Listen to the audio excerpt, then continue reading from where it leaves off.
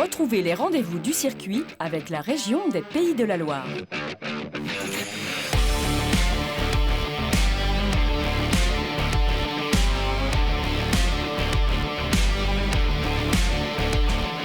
Bonjour à tous, vendredi 20 août, veille du départ de la 89e édition des 24 heures du Mans. On est au circuit comme toute la semaine. Vous le voyez dans les stands, c'est l'effervescence. Aujourd'hui, le grand événement, ce vendredi après-midi, c'est la Fun Cup. 5 heures de course Volkswagen dans des coccinelles de légende absolument adorables, vous le verrez. Également l'Hyperpole de jeudi soir, nous y étions. Le moment très attendu pour les 23 participants à l'Hyperpole. Sans surprise, les 5 hypercars prennent la pole position. Toyota marque un temps absolument magistral avec Kobayashi au volant. Et puis un fait malheureux, le forfait chez Idexport pour la voiture numéro 17. C'est dans l'actu, c'est tout de suite. Jeudi soir de 21h à 21h30, 23 voitures sélectionnées se sont lancées pour l'Hyperpole. La Toyota numéro 7, pilotée par Kamui Kobayashi, fait le meilleur chrono à 3 minutes 23 secondes 900 centièmes, suivi par la numéro 8, un doublé de Toyota sur la ligne de départ qui n'empêche pas l'équipe de garder la tête froide. Alors voilà, on a coché notre première case. Pour le Mans 21, on voulait être en pole position parce que c'est important pour nous. La première fois que nous mettons sur la piste ces voitures hypercar, il était important pour nous d'être en pole, c'est fait. Alors je veux dire qu'on a été épaté aussi par le 3.23.9. Camus a montré la voie. Après, Brandon a fait très très bien aussi, il s'est approché. Mais là, on a clairement battu nos simulations. On n'aurait jamais pensé être en 3.23.9. Alors on était en limite des pneumatiques, mais du bon côté de la limite. C'est-à-dire en fait, les pneumatiques, quand il fait froid, arrivent à avoir un petit peu plus de grip, mais ils sont plus pointus, plus difficiles à mettre en régime. Et là, on a été exactement à la limite. Un petit peu plus froid aurait été problématique. De son côté, Alpine signe une belle 3e place au départ. L'équipe de la marque française assure son statut de challenger de Toyota. L'Hyperpole s'est plutôt bien passé. On a fait un premier run pour se caler sur le management, power management. Et puis après, Nicolas a fait un tour assez rapide. Et après, il a été gêné dans son deuxième tour. Et voilà, on est à notre place et on est content. Maintenant, on continue à travailler. Justement, vous êtes vraiment à votre place et le public ici au Mans attend Alpine. Mais vraiment, il y a d'immenses attentes. Vous le ressentez, ça ? Oui, on le ressent et ça nous fait chaud au cœur et ça nous aide. C'est sûr, quand on croise les gens, les regards des gens, les marques d'encouragement, voilà, on sait pourquoi on est là. Donc ça donne beaucoup de sens à notre présence ici. L'objectif, clairement, ce sera un podium ? Oui, clairement. L'objectif sera le podium et puis on va voir, la course est longue et si ça veut nous sourire, on sera là. Sans surprise, Glickenhaus suit en 4e et 5e place. Les hypercars dominent la pole. En LMP2, Iota, le team WRT et le Panis Racing Team, avec le Sartois Julien Canal comme pilote, tirent leur épingle du jeu. Et on est vraiment très très heureux. Honnêtement, déjà le fait d'être en hyperpole, après hier soir, c'était vraiment génial. On pensait être performant, mais de là vraiment aux avant-postes, c'est vraiment top. C'est arrivé vraiment très peu de fois pour moi en 12 ans d'être qualifié si proche. L'année dernière, on était 12 ou 15e, je crois. C'était passé moyennement les qualifs. Ça ne nous a pas empêché de faire 3e au général. Donc là, c'est vraiment de très bon augure. La voiture marche très bien, donc on est heureux. Pour la suite, qu'est-ce qu'on peut craindre ? Les intempéries peut-être ? Ça raconte peut-être qu'il va pleuvoir samedi dans la nuit ? Ouais, j'ai entendu, j'ai vu ça sur le téléphone. Maintenant, c'est le Mans, hein. On a toujours connu des conditions particulières au mois de juin, au mois d'août, au mois de septembre. Donc voilà, c'est le Mans, il va falloir s'adapter, il va falloir être très professionnel, vraiment bien préparé, prendre les risques que quand il faut. Voilà, la stratégie va aussi beaucoup compter. Donc bon, pour le moment, on a prouvé qu'on était bon sur cette partie-là. Donc on va essayer d'être vraiment pro jusqu'au bout et puis on verra. C'est un cliché, mais on sent que c'est l'ère de la maturité un peu chez Panis, avec les années qui ont défilé, le podium l'année dernière. C'est la maturité, on le sent vraiment comme ça dans l'équipe ? Ouais, je pense que là, on a pris beaucoup d'expérience. Il y a eu, avant mon arrivée, il y a 4 ans, ça a toujours été familial, pro, mais il a fallu aussi Il a fallu conjuguer aussi les envies de chacun. Avec mon arrivée et celle de Will, je pense qu'on a aussi fait franchir un pas à l'équipe qui était aussi très ouverte d'esprit sur tout ça. C'était une équipe déjà pro qui avait rien à prouver en compétition puisqu'ils avaient gagné des championnats d'Europe en Formule 3 Litre 5, en Formule Renault. Beaucoup de monoplaces, ils ont sorti des pilotes comme Hartley, comme Ricciardo qui sont passés de la filière Red Bull. Donc il a fallu quand même franchir un step en endurance. Je pense que voilà, moi et Will, on a beaucoup travaillé là-dessus pour essayer d'optimiser toute l'équipe là-dedans. Et ça s'est plutôt bien passé. On a aussi eu des pneus qui étaient différents de la concurrence l'année dernière.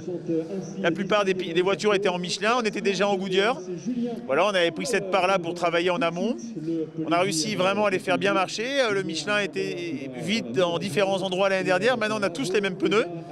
Je pense que justement le travail toutes ces années paye. Et puis voilà, là c'est les résultats en tout cas pour cette première partie. Et puis une nouvelle malheureuse pour Idexport qui déclare forfait avec sa voiture numéro 17 après le deuxième accident survenu lors des essais numéro 3.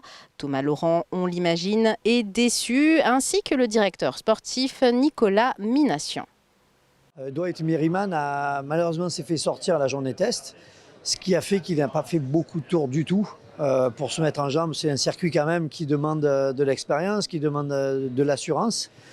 Et malheureusement, il a pris la décision qu'il ne se sentait pas encore d'appoint pour aller faire les 24 heures. Donc c'est une décision que l'on accepte, bien sûr, parce que c'est pas facile pour lui, pas facile pour les mécanos. On avait tout de près, on a eu pas mal de réparations à faire sur la voiture, on a eu une équipe fantastique, la voiture elle est prête d'ailleurs, sauf que Dwight, oui, il se dit je vais me préparer mieux, revenir plus fort dans le futur, et il s'est dit au lieu de mettre le danger sur la piste, il préfère se préparer mieux et revenir. Le roulage qu'il a fait n'était pas suffisant. Allez, la Fun Cup, je vous en parlais en sommaire, je suis avec l'équipe de Zoch, 11 voitures en compétition dans la Fun Cup. Et le starter, un certain Jackie X, c'est parti. De la Fun Cup au programme sur le circuit ce vendredi, 5 heures de course d'endurance. Et c'est une icône des 24 heures du Mans qui donnait le départ. On ne peut pas avoir été gâté par les 24 heures aussi longtemps sans être infiniment reconnaissant. Mais ce qui est surtout formidable, c'est de retrouver du public, des gens passionnés. On a une course pour l'instant qui est la Fun Cup. Il n'y a jamais eu autant de voitures, c'est des vrais amateurs, c'est spectaculaire. Mais de voir un peu de monde, c'est une merveille. La Fun Cup, c'est une drôle de coccinelle. 170 chevaux, 780 kg, une boîte séquentielle et tous les pilotes ont la même monture. La Fun Cup, c'est tellement serré. On fait des courses d'endurance, mais il n'est pas rare de voir, après des courses de 12 heures ou de 25 heures, 5, 6, 10 voitures qui se battent encore dans la même seconde. Et à ce moment-là, gagner, c'est un détail. 2 courses support sont encore au programme d'ici le départ des 24 heures. Le Porsche Sprint Challenge à 9 h ce samedi et la deuxième course de Road to Le Mans à 12h15. On est dans les paddocks pour lancer la partie magazine et ce vendredi on souhaitait faire un focus sur un simple passionné. Il est comme vous et moi, il fait partie de ces millions de passionnés de voitures et du circuit des 24 heures du Mans. Il a grandi ici dans la Sarthe, il est photographe amateur et il a quelques clichés magiques à nous montrer. Arnaud Poirier, bonjour, un vrai Sartois. Finalement, vous avez presque grandi sur le circuit ? J'ai grandi sur le circuit, effectivement, oui. D'où vous vient la passion de la photographie, Arnaud Poirier ? J'étais, comme tout Sartois, passionné de voitures. J'allais très souvent sur le circuit et en voyant les voitures tourner, donc j'ai voulu avoir au moins un petit souvenir et donc j'avais un petit appareil photo en poche et c'est comme ça que m'est venue la photo. Vous avez presque commencé avec une photo exceptionnelle. Oui, donc j'ai commencé effectivement en 2007 exactement et j'ai photographié donc l'accident de l'Audi numéro 3 de McNish. Donc, mais je ne pensais pas que celle-ci ferait sensation. Voilà, c'est magique, quoi. C'est un miracle. C'est un miracle. Donc après, voilà. Vos photos les plus fortes, celles qui vous plaisent le plus, c'est lié à quoi? Les années Peugeot. Les années Peugeot, oui. Surtout celles-là. C'est celles qui m'ont beaucoup marqué. Pourquoi? Parce que, donc, déjà, ce sont de très belles voitures. Vous avez fait combien de photos sur le circuit depuis 2007? Environ 70 000. Donc que je garde précieusement, bien sûr. Vous continuerez à aller sur le circuit, quoi qu'il arrive, comme chaque année? Quoi qu'il arrive, quoi qu'il arrive. Même si mon emploi du temps ne me le permettrait pas, j'irai quand même. Donc voilà. Eh ben merci. Allez, c'est la fin des rendez-vous au circuit de ce vendredi 20 août. Samedi, c'est la course. Vous le savez, le départ est à 16h. Notre dernier rendez-vous sur LMTV Sarthe, ce sera à 12h30. Vous êtes nombreux sur les réseaux sociaux à nous demander pourquoi on ne diffuse pas la course. Eh bien, tout simplement parce que cela demande de s'acquitter de droits de diffusion télévisés pour les images et nous n'avons simplement pas les moyens. Mais on espère que toute cette semaine, on vous a fait vivre cette course et les gens qui font vivre le circuit toute l'année au plus près, au cœur de la Sarthe et de ce territoire. Rendez-vous donc samedi pour la dernière des rendez-vous du circuit.